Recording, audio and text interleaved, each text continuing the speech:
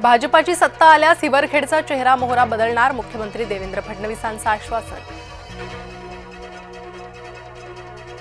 गोंदियावर भाजप भगवा फडकवणार, विकास निधी कमी पडू देणार नाही, उपमुख्यमंत्री एकनाथ शिंदेंचं आश्वासन।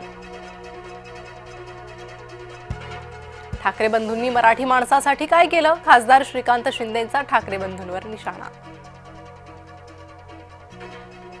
स्थानिक निवडणुकीसंदर्भात सुनावणी आता शुक्रवारी, राज्य निवडणूक आयोगाच्या चुकांमुळे निवडणुकांवर टांगती तलवार। पुढील सुनावणी होईपर्यंत निवडणुकांची घोषणा नको, सर्वोच्च न्यायालयाचे निवडणूक आयोगाला आदेश।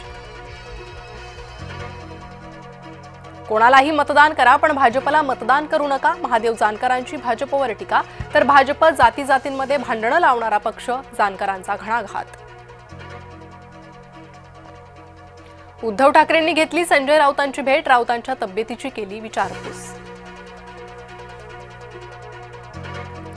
चव्हाण प्रचार करायला सिंधुदुर्गात येतात, हरवल्यावर कुठे तोंड दाखवणार, रवींद्र चव्हाणांवर निलेश राणेंची टीका।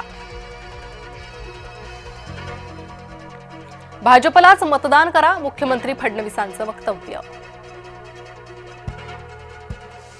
माझ्या मुलीची आत्महत्या नाही, तिला मारलं, गौरी गर्जेच्या आईवडिलांचा आरोप, गौरी पंकजा मुंडेंचे पीए, अनंत गर्जेची पत्नी।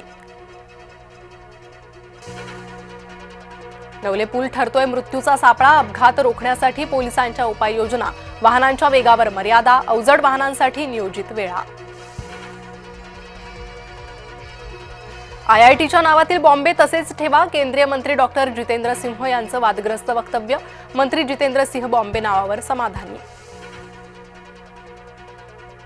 संभाजीनगरात पंचतारांकित हॉटेलमध्ये महिलेचा बनावट कागदपत्रांसह मुक्काम, एटीएस आणि आयबी कडून महिलेची कसून चौकशी। टीईटी पेपर फोडल्याप्रकरणी महेश गायकवाडला अटक, कोल्हापूर पोलिसांकडून एकूण 18 जणांना अटक।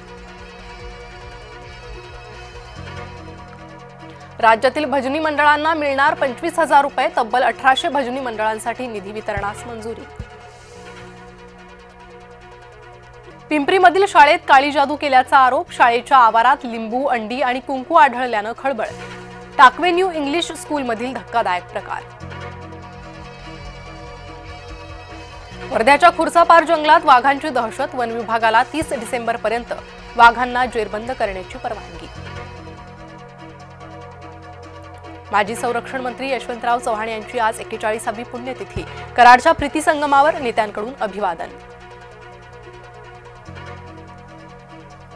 श्रीराम मंदिरावर दिमाखाने पुन्हा फडकला धर्मध्वज, धर्मध्वजाची पुनर्स्थापना म्हणजे रामराज्याची ओळखच, पंतप्रधान मोदी यांनी सांगितली धर्मध्वजाची महती। अयोध्येत पंतप्रधान मोदींकडून सप्त मंदिरात अभिवादन, धर्मध्वज पुनर्स्थापनेसाठी पंतप्रधान मोदींची उपस्थिती। जे स्वप्न पाहिलं ते अतिभव्यतेनं संपन्न झालं, सरसंघचालक मोहन भागवत यांच्याकडून समाधान व्यक्त। अयोध्येच्या श्रीराम जन्मभूमीवर 11 किलो वजनाचा रेशमी धर्मध्वज, सर्व ऋतूंमध्ये सदा फडकत राहील असा हा धर्मध्वज।